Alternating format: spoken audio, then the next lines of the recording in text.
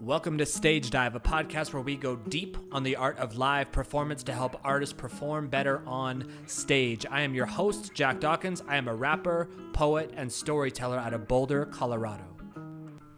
My guest today is Emma Sorenson. Emma is an opera singer and a model currently residing in Boston as she gets ready for her new project. This was a wonderful conversation, particularly, it's always hard to say that word right, particularly if you are interested in why you might be having trouble starting an artistic practice. We get to go really deep on what it means to find alignment within yourself before you start to pursue something creative. If you have a spark, if you have an idea and you're wondering whether or not or how to pursue it, I highly recommend this episode. Please enjoy my conversation with Emma. Okay, so I'm going to open with a really hard-hitting question, which is, what is Al's Burgers and Drive-In? Oh, my shirt. This I got at a vintage shop in Houston, Texas when I was there um, visiting family and it was raining and I needed a shirt. So Al's is nothing to me beyond the experience of thrift shopping, which is one of my favorite things to do in my off time. Okay, that counts for something. Yeah, But totally. yes, but not a childhood memory of like, I used But to go to Al's no, all the time. it's a fun graphic I and I like agree. to shake things up sometimes. I like to be creative in how I dress. Amazing. I love that. Was thrifting like always in the cards, or was that something you discovered like a little later on? I think shopping was always in the cards, and I think clothing is a really fun way to express yourself. But thrift shopping is so much easier for me because I don't feel like it has as many harmful effects on the world in Hmm. general. And you never know what you're going to find.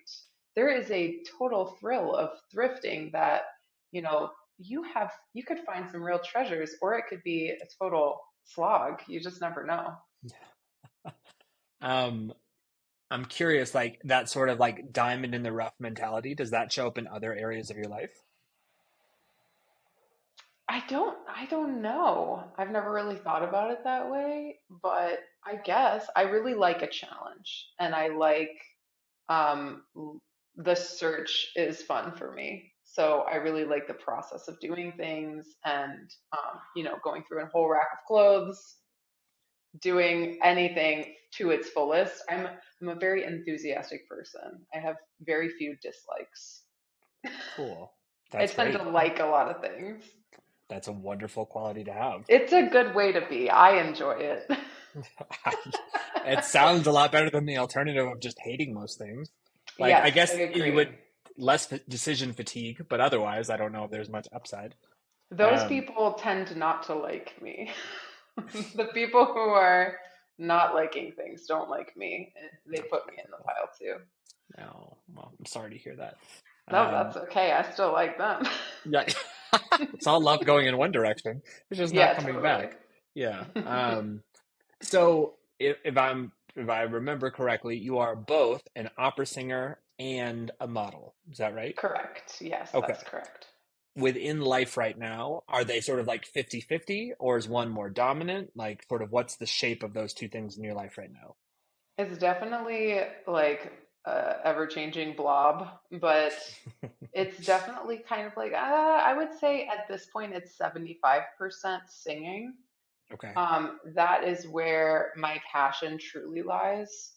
And modeling is something that, well, it's definitely like a complementary type of career because a lot of singing is also self promotion and having beautiful images curated by photographers and brands is very helpful when you're trying to promote yourself. All you have to do is choose from a library of images that you need for marketing materials for an opera company, and boom, you've got, a whole spread. So it's a parallel kind of like homeopathic thing.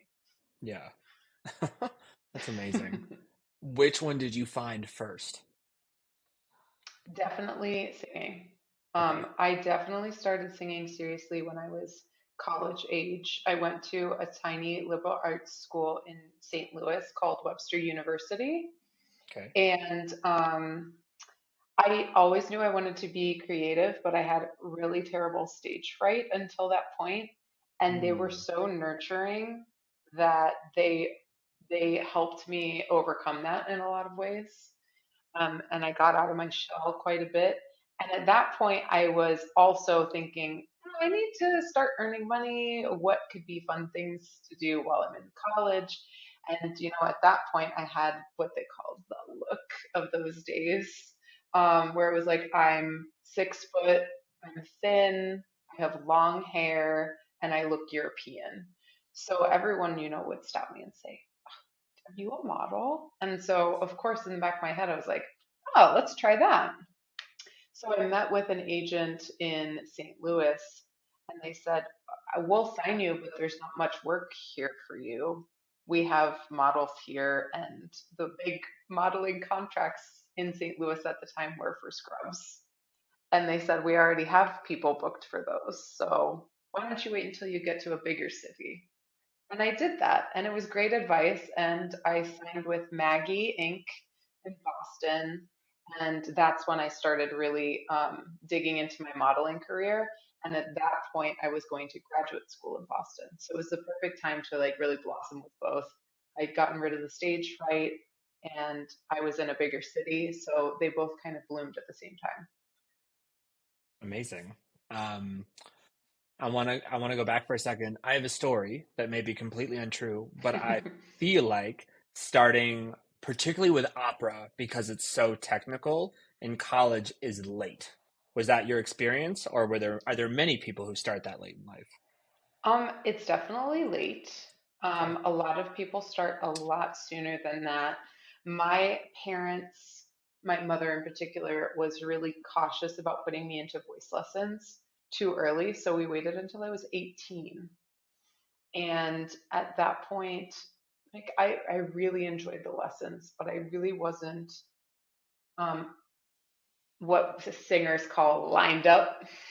Now I'm lined up in a lot of ways, but I had a lot of singing issues that kept me from performing at a high level. And so I enjoyed the lessons, but everything wasn't lined up for a long time. And so it wasn't until I got away from home and did a lot of exploration into who I am and what I want that I Mm. realized, oh, this is what I want. And part of that was moving away from home, and part of that was seeing a bunch of opera because I was able to do a study abroad program at Webster University. And I spent a semester in Vienna, Austria. And it totally opened my eyes to how um, big the opera culture was there and how Mm. beautiful it can be. And I was there for 3 months and I saw like 30 operas. I was standing through every opera because you can go to the opera for like $2 there. Wow. Yeah, you can just show up, wait in a line, and then stand. There's standing room only. So I saw some of the best opera singers in the world for dirt cheap and was totally inspired by the experience. It was It's really, really amazing. cool. Yeah. Was opera even on the radar before that, or was it really Austria that sort of like sparked the whole thing? I think everything was on the radar before that. Like I said, I like everything. And Mm. I think for a long time, people really told me, like, you need to pick a lane. And I never really appreciated that because I think the complexity of life is so beautiful when you allow yourself to experience as much as you possibly can. Mm. But I always wanted to be on Broadway. I wanted to be a dancer. I wanted to be a writer, an illustrator. And I think it really clicked when I went to Austria and I said, oh, this is special to me more than the Mm. other things. And um, it's interesting. Um, as I get a little older, I would say that I have reverence for opera. Like I just understand how profoundly gifted you have to be and how hard you have to work to create so much sound at such a specific note and to carry so much emotion through song through these long, long performances. Like, I mean, talk about like the endurance sport of singing. My goodness. Yeah, I was just gonna say it's definitely athletic in a way that you don't really understand until you're in the thick of it. Yes. And a lot of it has to do with breath rather than sound. Mm, Especially for different body types, you have to figure out how to make your voice carry in your instrument. And everybody's instrument is different. So that's why having a teacher that understands you and you understand them is so coveted because mm, everyone is different. They learn differently. And you're using muscles that are like not consciously moving. It's not like you can say, like, grip your hand. You have to figure it out by trial and error. So it can be devastating when you can't figure it out for years and years and years. yes. Well, I was gonna ask. So, so you started from a place where stage fright was present, which is Yes. a challenge for anyone who's performing. They were like the saying out of line doesn't sound right, but I hear what you mean through alignment, and it sounds like that Mhm. was, if anything, almost more like life rather than like a Mhm. specific physical alignment. Um, but that, I mean, that sounds like a number of things to overcome. So, what do you think allowed you to kind of be patient through that process when I'm sure there must have been times when you're like, this is not awesome? I think honestly I wasn't patient and I Mm, look back on my time and think, "Oh my God, I was so impatient." But I think that's what kept fueling me. Especially, you have to be the kind of person where somebody telling you no only motivates you to keep mm, trying because, so many things got in my way and I would cling to the yeses and the no's I would put into the, like, throw logs onto the fire because you just get 10 no's and one yes. That's the ratio. You have to, like, be willing to fail 10 times to get one success. But if you're continuously trying and continuously learning and continuously pushing yourself, the yeses do add up too. And you have to learn to let the no's actually be a positive thing for you, or else you'll mm. just collapse under the pressure. I think that's one of the things that, like, I really enjoy what I do because I don't put any pressure on myself. If I were to fail tomorrow, that would be okay. And if this went away tomorrow, like it did in the pandemic, it would also be okay. But because it's here, I'm going to do it. And because I can, I'm going to use all my effort to try to do it now. And I think the pandemic also, like, solidified for me even more my, like, foundational, yes, this is what I want to do. Mm, Because when it got taken away, suddenly the nerves that, because I was experiencing nerves even, like, in auditioning for jobs, post pre-pandemic, all of that kind of what came into focus, and I was like, wait a second, maybe that's what I like about the job. Maybe I like getting nervous. Maybe I like pushing through it, and that's the thrill that I'm addicted to. mm. So now when I get the nerves, it's more of a conversation of, you're having fun, aren't you? Instead of, I'm scared. Yes. Or in some cases, like, I think I'm going to die, which is what your nervous Hmm. system is trying to communicate to you desperately. Yeah, Um, so I think of it in a way where, some people like skydiving. I love putting myself in high pressure situations where I have to be an artist and perform under pressure. I love it. I think it's so much fun. so there was stage fright, and now you love that feeling. Like, Hmm. how did you go from A to B? Like, and I know I'm sure it wasn't a point in time, but like, it sounds like Webster was really nourishing. I'd love to hear about the type of environment they created that allowed you to step into that. Yeah, okay, totally. So there are big milestones within that.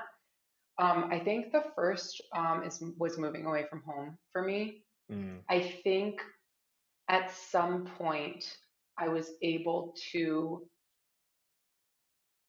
kind of change how I thought about performance in the failure success aspect. And so there was always a level of shame when I didn't book the part, especially at home, where, my family believes in me, but they also didn't quite understand what it meant to be a performing artist and how much of yourself you put on the line. And so when I moved away from home, I think I was finally able to remove the shame aspect of what I was doing, and not be afraid to fail anymore. Because Mm. if I or any performing artist doesn't do well, nobody dies, and it feels like that sometimes, especially when you're young. But, I think I gained a lot of perspective being on my own, and I wanted to do it for the love of it as opposed to the shame of not succeeding at it. Mm-hmm. And it definitely came with like a radical self-love situation, where I think I completely separated my value as a person to the value I bring to something on stage. Mm. And by separating those two things, I was able to have complete freedom. And now, failure in a rehearsal room or on stage doesn't scare me. It's a fleeting moment in time that would probably feel painful in that moment, but that's the beauty of live performing arts. Like, they're all there with me, and that's part of the thrill. Sometimes when somebody fails, it's brilliant and Mm. memorable. Um, and as long as I'm trying my very best to do service to the art and to the piece, and to the play or whatever situation that I'm in, I think that's key. So it was getting out of a home situation that made me feel very shameful for not being immediately successful. And then, I think the yeses that I did get and the advice that I did get were really powerful. And so, like, I met a few key people that said, I think you can really do this. I Mm. think that you can be something important, um, even in a small way. Like the person who told me, I think you should pursue higher education in music so that you, have what you need in order to be successful in the opera industry. He's still in my life today. He's a good friend. And, I ended up going to graduate school that he was teaching at because I felt so strongly that he had my best intentions. Um, and then what else? So after Webster came Boston, which I'm now actually back in Boston performing Omar, with the Boston Lyric Opera, which is going to be incredible. Here's my plug: go see Omar. To any listeners in Boston, um, I I felt like graduate school was the first time that I was singing as an adult in Mm. a lot of ways. So my voice started growing, and I started gaining confidence because honestly, it's just the amount you do it too, You get less nervous when you do things more. It's less intimidating. And every no, I was like, well, I'll show you. That's amazing. It's Yeah. And then the pandemic happened. It got all taken away. I felt like I had momentum. And it made mm. me realize, well, hey, like I'm still here, but I would love to do this. And I would Yeah, love to do this in a way that is even more enjoyable for me. yeah, yeah. That makes sense. I think it's interesting when I think about people who want to get started. I think a common pitfall is they start where you were when you were 18. There's there's shame from somewhere. Maybe it's family, maybe it's friends, maybe it's work, maybe like take your pick. We all find shame from someplace. And there's fear, and there's that association of like what I do is who I am. They haven't like broken that Mm-hmm. down. And then the Yep. mistake they make is rather than seeing like, okay, well, like I can work on these a little bit at a time, one at a time, over a long time. And if I just keep at it, I can make these changes gradually. They skip all the way to where you are now, where it's like I'm Mhm. realized as a person, I no longer feel failure. I love the adrenaline rush of knowing that I could fail, and I'm really proud of how I perform. And like, how am I going to get there? It's like by taking 7 years and working at it consistently. Mhm. Like, you're not going to get there fucking tomorrow. So take that off the agenda. Like, try I sang out loud to myself in the mirror for 30 seconds. Yes, Just start there. absolutely. And I mean, the amount of uh, what I considered to be failures early on were great. Like I would Mm, sing a song for a class in college, and I would immediately break down in tears the second I was walking off stage because I was thinking that was horrible. And it mm, might have been, I don't remember, but the stress came from the expectation of being what I heard on YouTube and what I mm. saw on the stage, and my reality being so far from it that I was super stressed. And the closer and closer I got, the less stress I experienced. But Mm. I could have really benefited from a few of the books that I read over the pandemic. Okay, these books I would recommend for any performing artist: Atomic Habits by James Yep. Clear and The Artist's Way. Let me look up the name of the author. Julia Cameron. Have you ever heard of this book?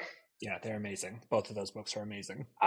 Those books changed my life, like Hmm. honestly, and I keep my copy of The Artist's Way where I can see it when I'm practicing. And if I ever feel distracted or, like bummed out by what I'm doing, I will turn at random to a random activity, see what I did 3 years ago, and do another one and kind of compare Mm, them. I love every single part of that book, and I've done the entire program start to finish twice. And I can't wait to do it nice. again. Because I feel like Absolutely. there's just never a bad time No, to play and get to know yourself in that way. You know what I mean? totally. Yeah. Well, and like I think what's fun, I think the way the way that the artist way captures what it is to be an artist is so thoughtful and simple at the same time, but it's really, Hmm. really powerful when you go through it. But what's cool, at least at where I sit, like I can now think about other books I've read, like Stephen King's book on writing or Rick Rubin's book on creativity, and like they're all really stressing the same thing, which is that being an artist is a way of living. It's a way of Hmm. observing the world and moving through space and thinking about your energy. It is not like the song you put out. It is not the numbers. Like, it's none of that shit. It has nothing to do with being an artist. And to your point, like the more you learn to divorce yourself from like, this is what other people see as my art, and this is my experience as an artist and how I create, and you understand that they're two wildly different things, ooh, things get a lot easier. It It gets gets so much so much easier.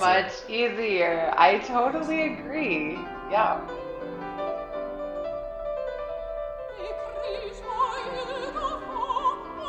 Yeah, yeah,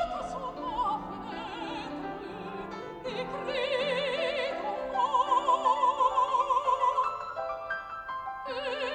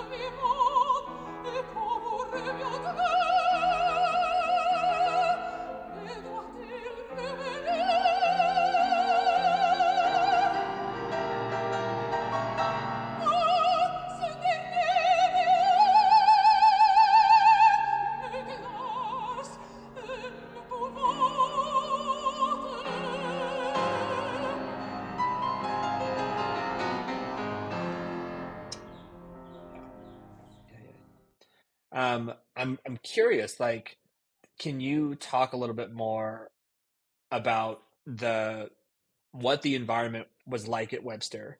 Because so quickly Hmm. for you, you were like, it was such an amazing place.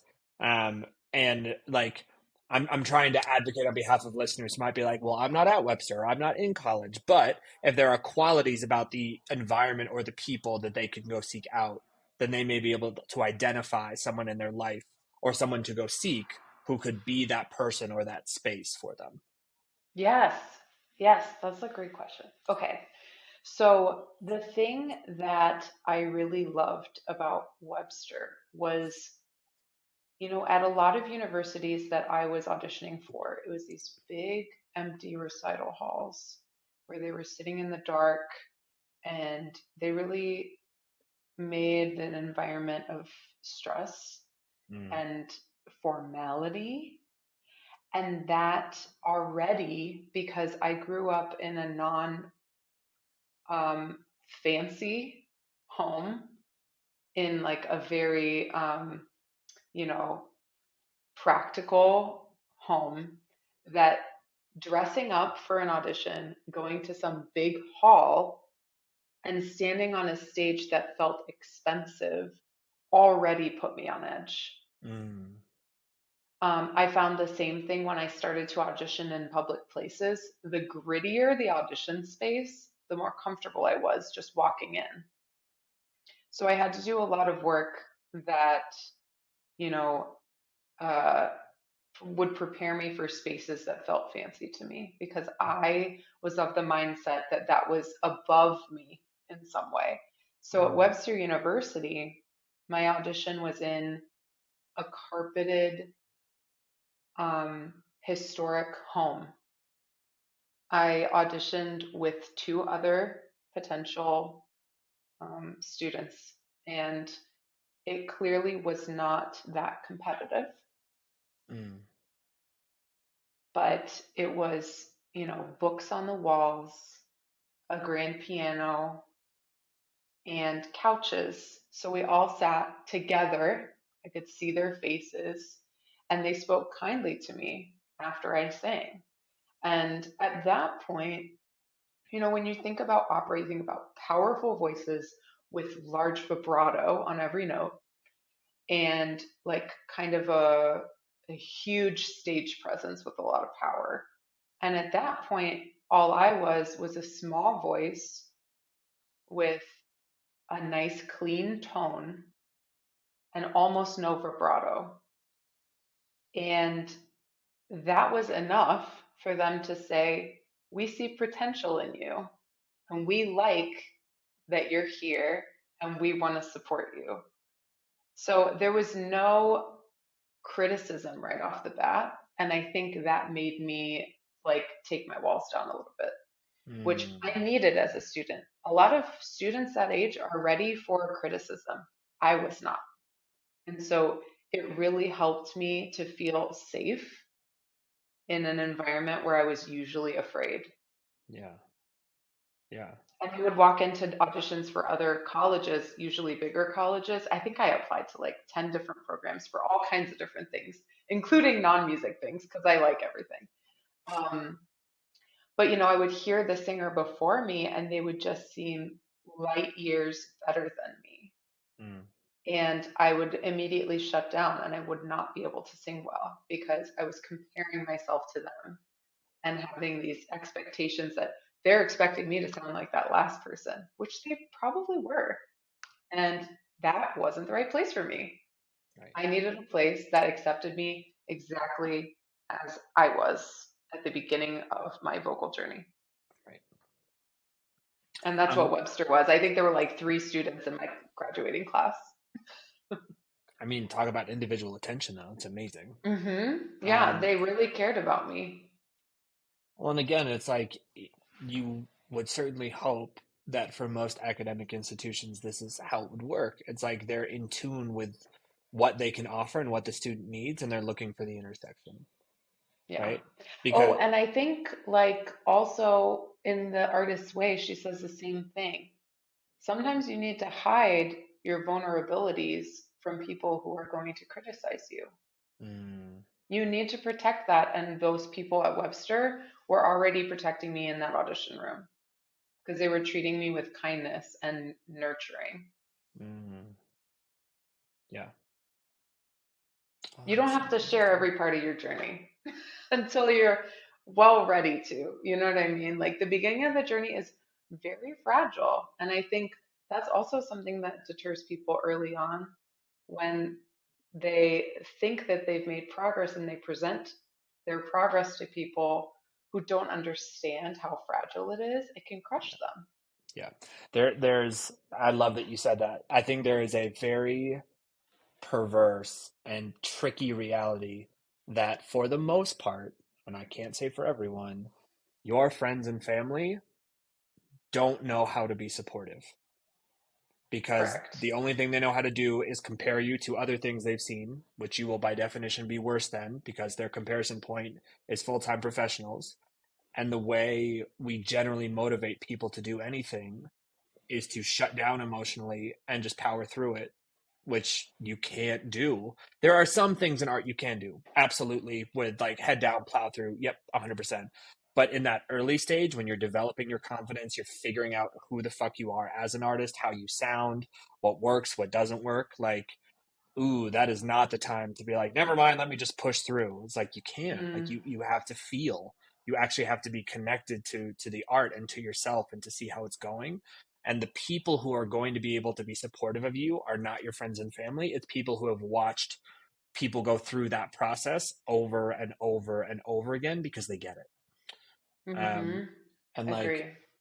when I started rapping, and like my story's weird as it is. I understand that I'm a 36-year-old father and I'm starting to rap. Like, cool, odd, but I thought that the reception would be different, even if not like I don't get it, but high five. And even that, where people are like, cool, I guess. Like it was they couldn't quite find the way to get excited about it.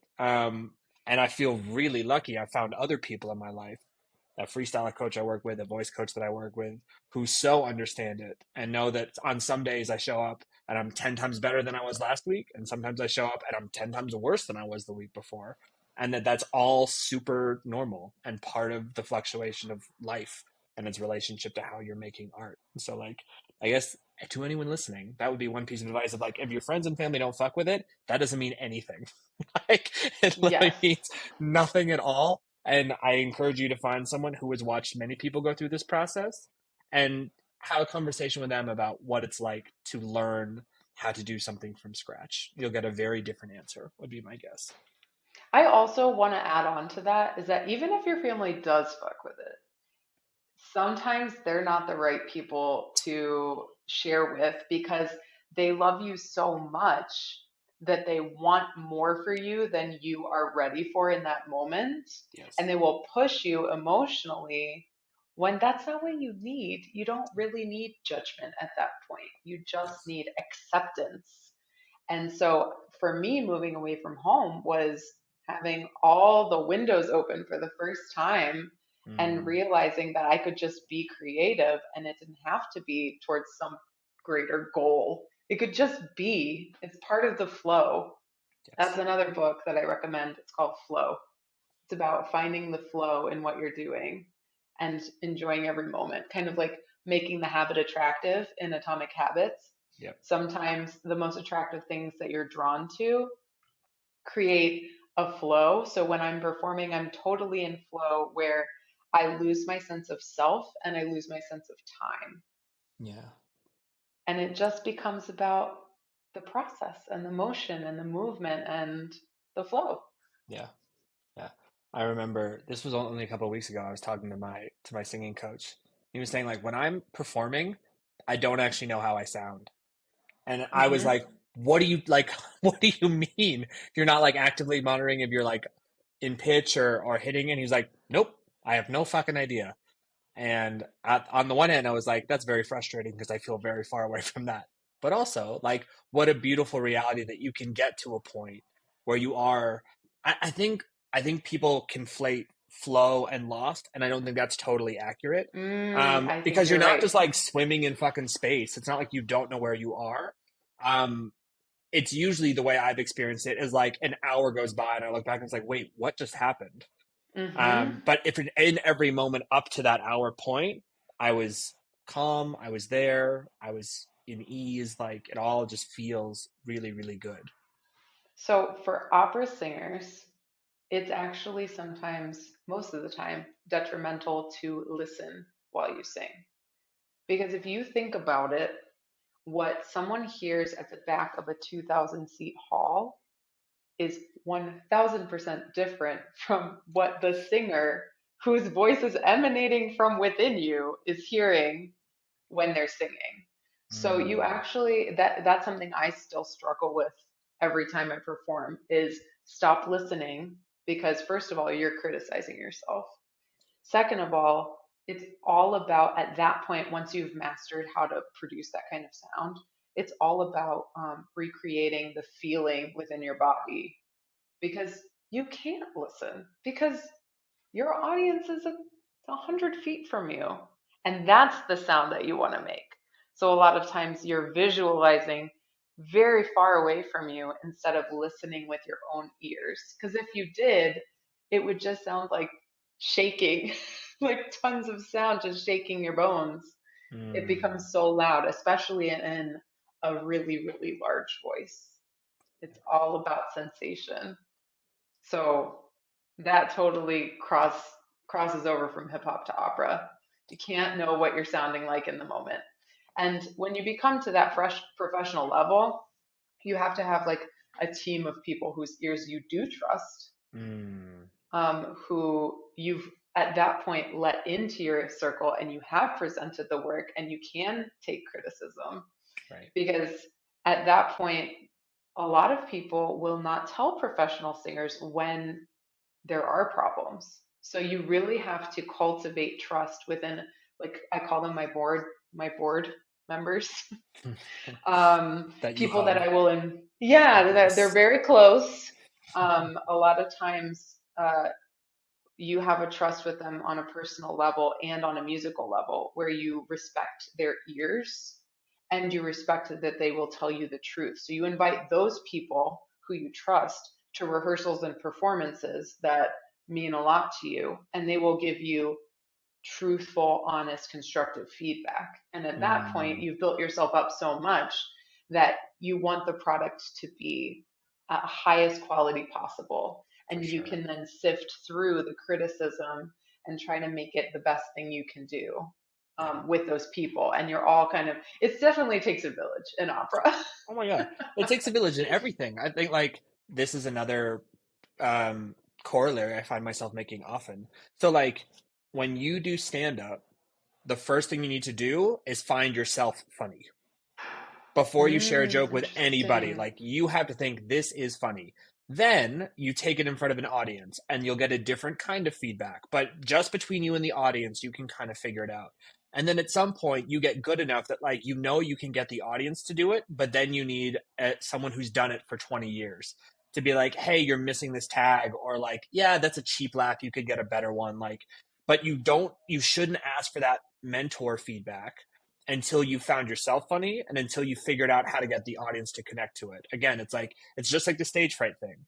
It's like you have to Hmm. work your way through the steps of performance, and rather than being like, how do I get it to peak joke, song, lyric, whatever, day one, how do I do something that I'm proud of? And I'm like, I can't believe I wrote that, or I can't believe I hit that note. That's so fucking cool. And just be good with that, right? And then you Yeah. slowly add on the layers, and that is 100% how you get to greatness. You build these layers and you have this team. But I think, and I'm super guilty of this, it's so easy to want to get to like, how do I get this shit radio ready? It's like, you don't know. I have no fucking idea. So where I can start is making sure that I really like it, and that when I present it to an audience, they really like it. And when I do that enough times, eventually someone will come and be like, hey, I love what you do, but also here are some things you can work on. And then I get to climb that ladder, and that will be great. That's really true. And also, even more true for the modeling industry, I would say, Mm. than for opera. You have to show up to a casting fully formed in how you feel about yourself because people will tell you everything that's wrong with you physically. And if you believe them, you will very quickly have no self esteem. And a lot of times, it's not about what you can do. It's completely out of your control. Mm. So even if I show up And I think I'm really well suited for a print campaign. But they really want somebody with freckles. There's nothing I can do. And you will never get that feedback until you ultimately see the end result, which a lot of times you won't even go looking for at that point because it'll be months down the line. Right. But you will walk away from that casting saying, it's because of these flaws that I knew Mm. about myself. And then you will fixate on them. Like you really have to show up saying, I have taken care of myself. That is the most I can do. If they don't like what I am presenting and how I look, that is out of my control. And it has nothing to do with my beauty, hands down. Preach. It's Preach. it's tricky out there because they will say the one thing that you were worried they were going to say. Yep. Yep. Yeah. Well, and I mean, like, you have a front row seat to this. I mean,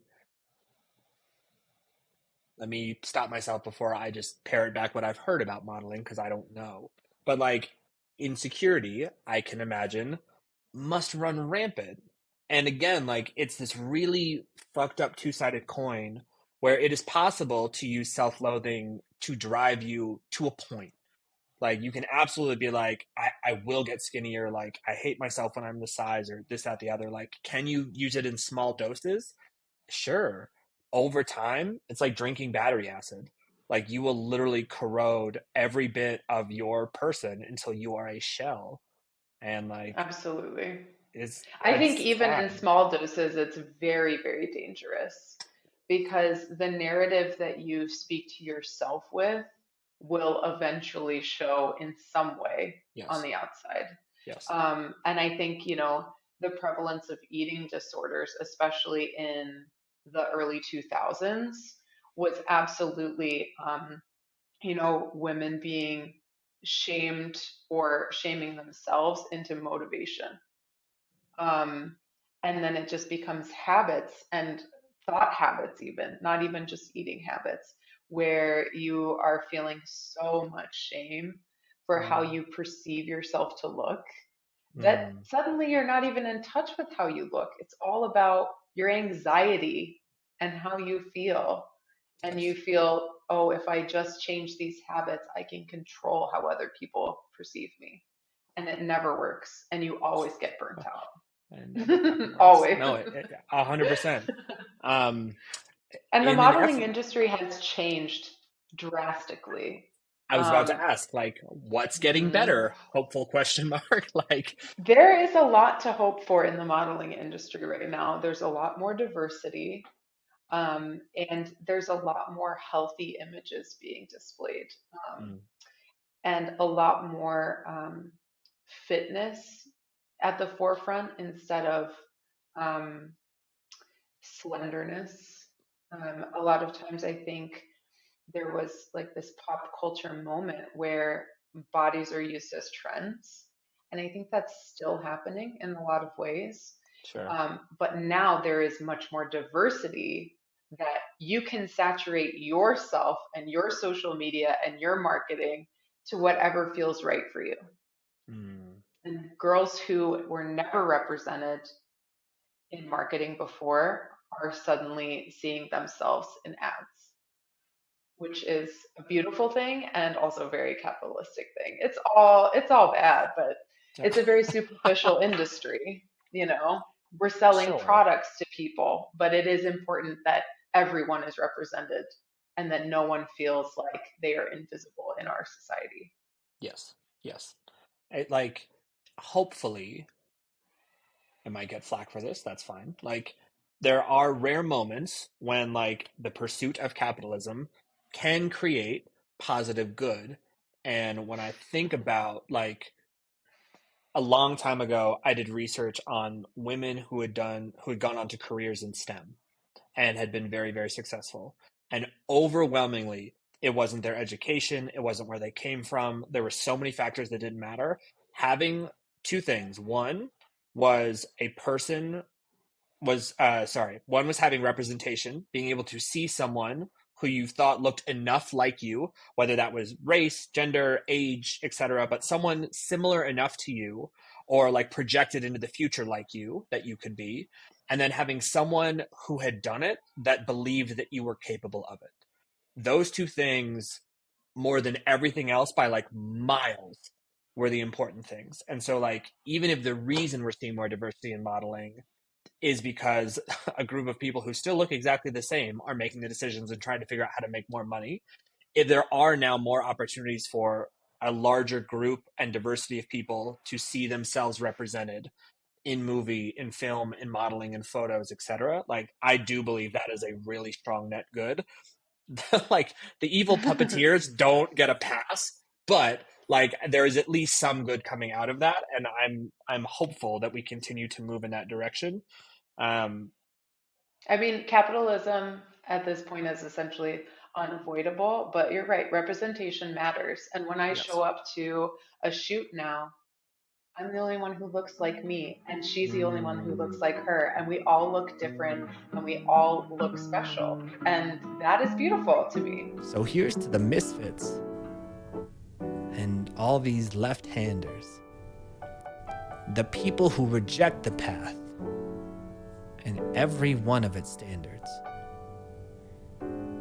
We're not here to play a role in your crucible. That which makes us different, that's what makes us beautiful. I have to figure out how to ask this next question. So like in how you represent yourself as a model for brands or other things, um, has the way that you have sought to portray yourself through whether it be social media or other things been different? Yes. So for the longest time, modeling was just about your image. Now, modeling is much more than that because you're competing with influencers. Right. So people don't want to just know what you look like. They want to know that you're a good person and they want to know that you're an interesting and fun person. So for me, social media, when I finally decided to dig into it, because I was very hesitant, Mm. um, I didn't want to niche down, which is a big thing in social media. Um, as soon as I allowed myself to truly be myself online, things started opening up to me. I Mm. didn't limit myself as far as what content I was posting. And I started posting what really brought me joy, and people responded to that. Yeah. Yeah, So that's it's no awesome. longer you're just a mannequin. Right. They want to know about you. And the more people want to know about you, the more work you will get because we all want to be on the good team and we all want to be with people who are supportive in their work environment and supportive in their personal life. Yes. Yes. I think everyone's personalities are so on display now that if you're not being a good colleague or a good friend, people won't want to hire you anymore. And I think that's kind of great. I oh my God, I 100% agree. Um, You can't hide anymore if you want to be a public figure. And I no. think in a lot of ways that's bringing a lot of positive change. Yes, I so agree. There's a need and an opportunity, you could even say, to be more than just a frame, a body, a floating head. You now get to actually have a personality, have opinions, have context to your life that can attract people to you. And to your point, again, like it's one of those weird moments of like, I don't know if the reasons behind it are good, but some of the outcomes are good.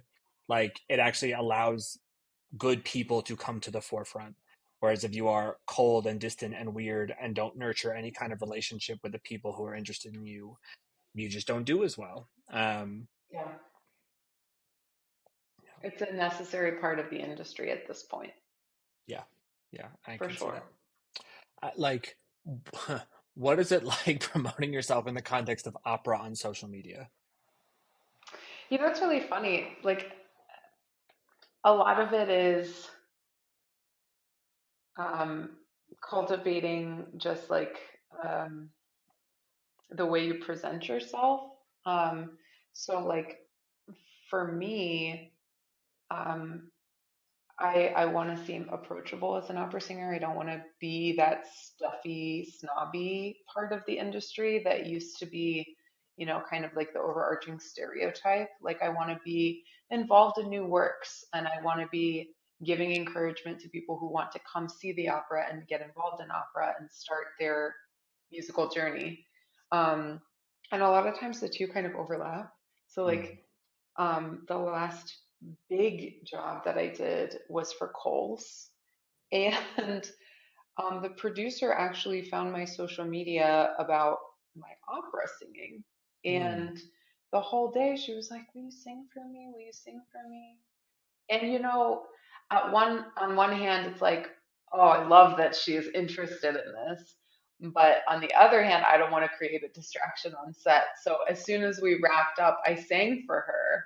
And it was this beautiful, like melding of my two worlds where Mm. I think people they want to know, they want to appreciate, and like me putting myself out there on social media created this bridge between the two, which I thought was really beautiful.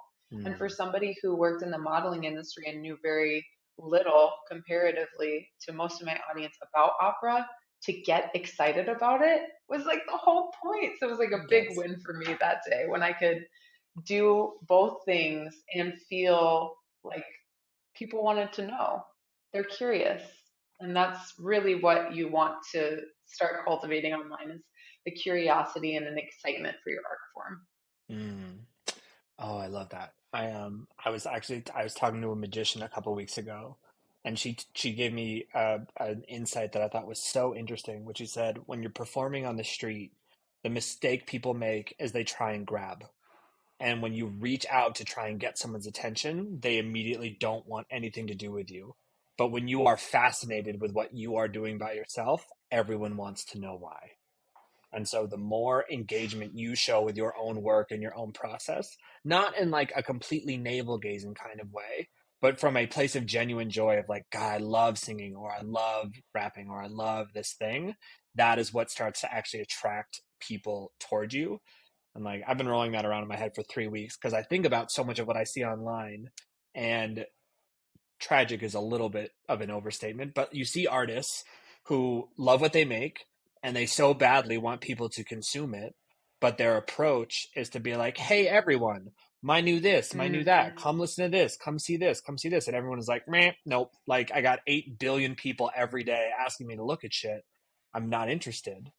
And so, how do you instead present your fascination about your own work again in a way that is like loving and curious, not again like super ego driven. And I think I don't even I have not unlocked that mystery yet, but I think about that every day now because I think there's so much truth to that. Yeah, I agree. I feel like sometimes the less I think about how I want people to engage with something I post online, the better engagement I get because Yeah. it usually comes from me being like, huh, that's weird. And I'm experiencing that and I'm Totally. posting about it. Like I was about to sing a gig and I'm sitting in my dressing room and I'm thinking like, I wonder how high and how low I can sing. I just record me singing the highest note I possibly can to the lowest note I possibly can. And people respond to that. They're like, what? What Mm, voice type is that? We're confused.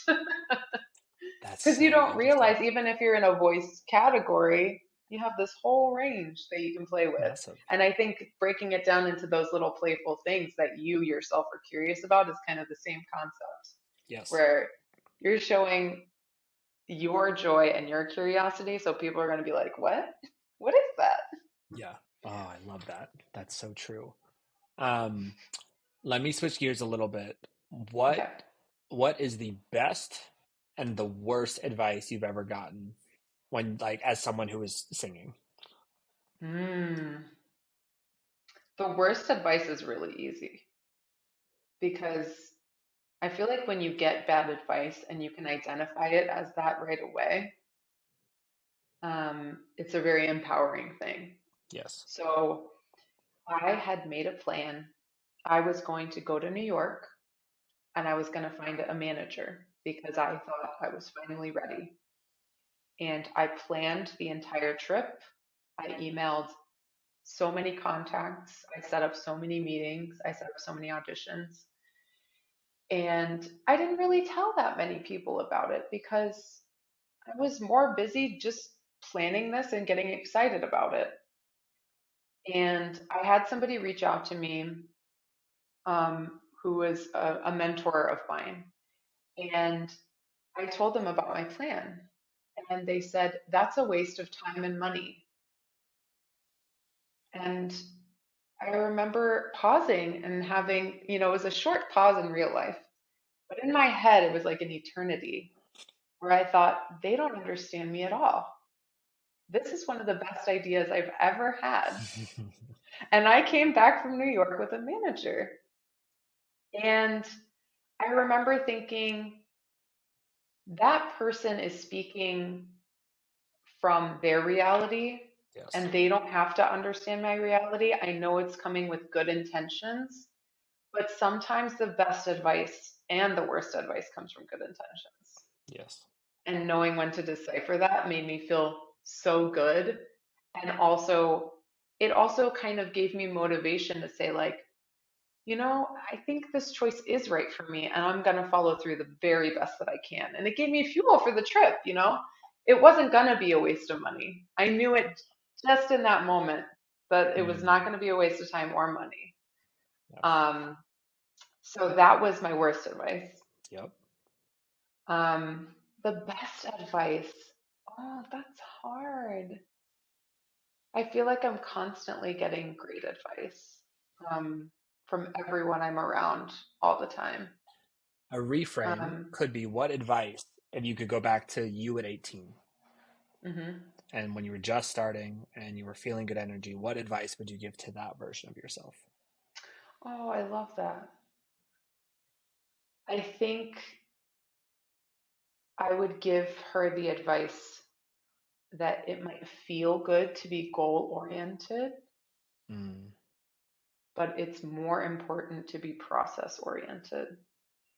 Because, especially at a young age, I would work towards a goal and I would be so obsessed with that goal or that performance. Say I got cast in something and I would work really hard on it and I would stress and stress, and then the performance would go well and I got a good review. And because I had been so hyper fixated on the goal instead of the process and the love of it, I wouldn't do anything after that. I wouldn't practice. I wouldn't be curious. I would kind of go blank because I Mm. had achieved the thing and it was more about the thing than the process. And it took me a long time to realize that. And that was after I had, overcome a lot of my stage fright. But it still felt like I was grinding towards a goal. And then I would take 3 steps back because I would go, oh, I got the goal. Phew, time to dissociate. Yeah. Time to black out and just leave Earth for a little while. Yeah. And I would not practice for weeks at a time after I had done a show. And I would completely disconnect from my art form. Yeah. Yeah. And I think that it's much more healthy to approach everything with, I love this process. It's Yes. never ending. One day is going to be a goal. Oh, look, there it went. That's fine. Keep going. Yep. I think like this is another one of those things where it's like, I know there's truth here. I don't know if I've like gotten it down to the one succinct sentence, but I'm working on it. Like when you work toward a goal, it is our natural inclination to make the goal seem really big and important so that we feel good when we reach it. But the reason you have that crash is because you've been telling yourself for weeks, if not months, how big and how important this is. And it actually artificially drains your energy. Whereas to your point, when goals are just like exit signs passing you on the highway, you're not having this massive buildup or like, oh, this goal of mine, this big thing. It's just like it just fucking happens. And so you can actually Mm, be so much more productive because you don't have this up down wave of energy because you are just doing the things that you know that you're doing and making sure that you're moving forward. And as long as you're moving forward, the goal will be there. You'll pass it eventually. That's, I think, absolutely right. And I also think that the same thing happens for no's. If you get a no, Mm, I used to feel like my trajectory is so messed up now that I don't have this thing that I wanted so bad. And when I zoom out, I saw me and my husband, we go, okay, well, you're really focused on this one little thing. Why don't we just zoom out? yes. And a lot of times those things, they don't matter. A lot of young artists really want to do young artist programs. Mm, And for a lot of people, young artist programs are great. I've done many young artist programs. And I see people who succeed with and without them. And if you choose to do them, and if you're successful at that time in your life, that's great. If you come at it a different direction, also great. There's no need to do anything just because somebody else did it one way. and I might even argue that if someone's already done it that way, it's almost impossible for you to find success the exact same way. Yes, If agreed. you lined up everyone who won a Grammy this year and asked how they got there, I don't think you'd find a lot of overlap. True. It's Very true. individual for every person. Um, Emma, this was so wonderful. I so appreciate all your insight and you spending time with me. When does Omar open so people can go see it? That's a great question. Let me look it up. I take it one day at a time. Hang on. I'm with you. I love that. It's going to be such a good show. I'm very, very excited. And I have a very easy job compared to a lot of the other performers. Okay, there's three performances: May 4th, May 6th, and May 7th. Beautiful. And that's at the It's going to be very Boston good. Lyric Opera, right? Yes. Okay. And if they want to find you on the internet, your socials, where do they find you? I am on Facebook and I'm on Instagram at emma.rose.sorenson. Amazing. We'll put all of that in the show notes. Emma, thank you again. This was so wonderful.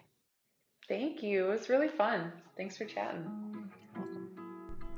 Thank you so much for listening to Stage Dive. I'm having so much fun having all these conversations and meeting these wonderful, wonderful people. But I appreciate that this is also going out to you, the person who is listening. So my request, my ask, my desire, if you have any curiosities, questions, guest recommendations, suggestions for the podcast, please, please, please send us an email at stagedivepodcast@gmail.com. We read every single email that comes through. We will get back to you. And we really do want to hear what you love about the podcast, things that you think could improve, and how we can make this a better show for you. So please don't hesitate to reach out. Thank you so much.